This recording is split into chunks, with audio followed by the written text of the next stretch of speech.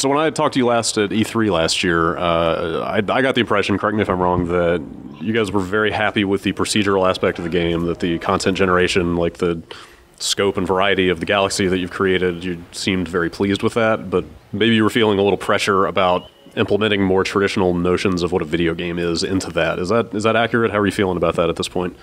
Yeah, I think in terms of what we could show, there's this really difficult thing, which I don't know whether we've ever struck the right balance on, and probably other developers seem to do it way better. The thing I talk about within the team is that, like, since we announced the game, we've been, like, building a rocket ship, like, on the way up, basically. You know? Like, literally, we did the VGXs, and we were like, oh, I wonder if people will like this game. And then suddenly, it had this trajectory. And, you know, it was like, hey, you guys have got to do E3 and you've got to do this and that and whatever. You're big time now. Yeah. There were like these amazing opportunities that you can't turn down. Right. But you're still making the game, and it's a new game, and it's a new type of game and stuff like that. And so we're showing the game, but loads of times we're holding stuff back. You know, stuff that we know, almost like, you know, you're sitting journalists down to play it and stuff, or just talking to them about it, and you're like biting your lip because you want to say, oh, but you want to say we've got like NPCs and things like that, you know, we've got trading, or you want it, but you don't want to because you don't have it there to show, and you're not sure how exactly it's going to work out and stuff like that. So I definitely felt like E3 was 9 months ago. That's the last time we showed it. That's how I felt, that there was a lot that we were just holding back, and that's a really difficult position to be in. Sure. You know? Now is better, but even for me, I look at the game and I think there's so much more that I can tell you. Yeah, that I want to either talk about or that, like, this thing that we're showing you is in this current state, but that's not how it's going to stay, you know. But then, yeah, it's really difficult. I'm probably answering this question in far too much detail, but for me it's fascinating. It's, like, really difficult to tread that line between that and kind of just being quite tight-lipped and starting to promise things that you haven't made yet. Keeping with the theme of like how you represent the game and putting its best foot forward and everything, you mentioned in the presentation you gave earlier that you were forbidden by PR to use the word boring to describe any of the content in the game, but with the scope of what's here and, you know, billions of planets, like inevitably some of them are going to be inherently less interesting than others. I mean, yeah. So you guys must be fine with that, but like, do you bias it in such a way that you, like, you know, let's say, I don't know, 80% of the planets have animals and resources that are valuable, or are you okay with there being a bunch of, because, you know, I mean, real reality is largely like stark and empty.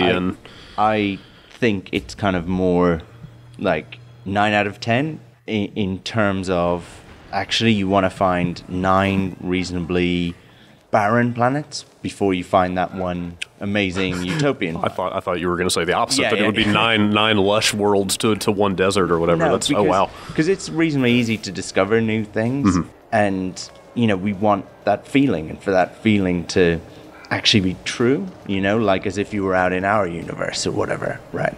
And it just becomes meaningless if you're just landing on, you know, utopian planet after utopian planet, right? And that's the thing about the game. The game it's challenging to play, and it's reminiscent of a whole bunch of games. Like the one I always use is like The Long Dark, which is one of my favorite games at the moment, or something like Stranded Deep, or, you know, even things Terraria, Starbound, stuff like that, right? But that is in this context, and in the context of a game that's being shown at E3 and stuff like that, it's maybe hard to get that across, because those are really incredibly popular games, actually, and played by lots of people. But they do have moments where there's not that much going on, or it's quite challenging, or you're just surviving in a little cave with your last match, you know, in like The Long Dark or something. And that doesn't make for a good, you know, on-stage presentation. But I'm fine with it personally. You know, in terms of us talking as people who play games, I'm fine with saying, yeah, there isn't. This is really different to Call of Duty. You know, Call of Duty, somebody sits there with a stopwatch, and if there hasn't been an explosion every 15 seconds, he's like, oh, we've missed an explosion. Copy paste another explosion. Yeah. And like for us, you know, I like the unpredictableness of it. I like that there is that variance and stuff like that. I like that everyone will start on a different planet, and some people will start on like boring, barren planets and stuff. Because I see it already in the office. Then those people talk to each other, and they're like, oh, where did you go? Where did you start? Or, you know, and it makes it a bit more meaningful, you know. And you see this thing that cracks me up is people always like, they see it as some sort of reflection of their personality, you know, like what planet did you start on? Oh, like this toxic cesspool, you know, just typical of me, you know, and I really like that.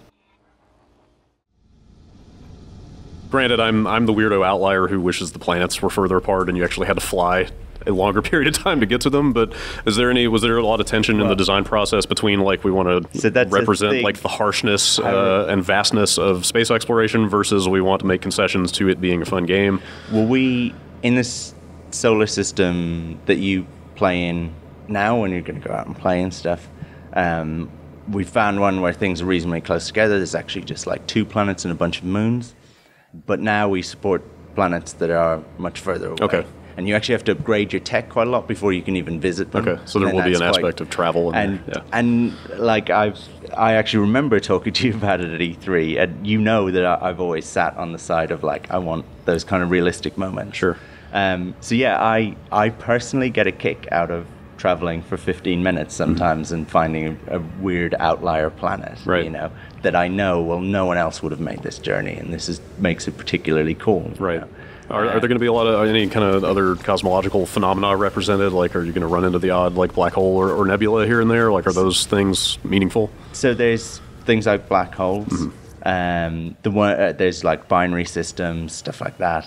The one people always ask me about is like gas giants, and we just don't have those just because they don't provide a particularly good gameplay experience. There's not much to do there. Right. Yeah. So we provide them where it makes sense for like gameplay. Actually, black holes have a gameplay purpose. Okay. That kind of thing.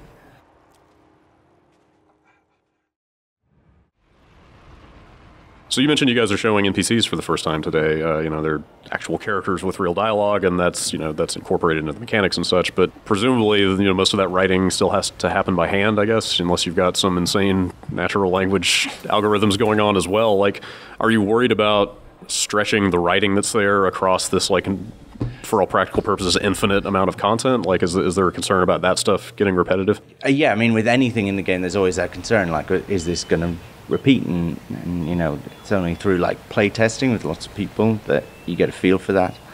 But actually what the NPCs talk to you about and stuff is not like their life story. A lot of the time they're just asking you for a certain resource or saying that they need something, or a lot of the time what you're saying to them is you're just trading with them, or you're just offering them something, or whatever, right? And it puts what I think is a really nice face and actually introduces some really nice gameplay mechanics to something which otherwise would be reasonably sedated. It makes the world feel more alive, and it gives it scale and stuff like that. Right, even if they're just kind of there to grease the wheels of the progression. Right, exactly, like in most games, when you have a shop and a shopkeeper and stuff like that, right? Yeah. But what's nice about ours is they will do things like they will reference the planet they're on and the planet name, and it sort of doesn't make sense, but if you rename a planet, then they'll call it whatever you renamed it to, so then you can have those hilarious moments. So there are ways to kind of massage it to make it feel real. Okay. Yeah, but they know what type of planet they're on, what environment they're on, things like that, and they'll reference that, and they'll maybe ask for things that are related to that if they're on a really cold planet or whatever. So there's an element of like it being our game, of course, of it being procedurally generated, right? And they're also talking to you in this alien language, which you don't know fully until you go and explore more. And that kind of means that you're not so worried about there being, these grand conversations that you're having with people. It's more about trying to understand them and piece it together. A cool thing is that you can actually just, once you know a bunch of words, you can just like try them out on them as well.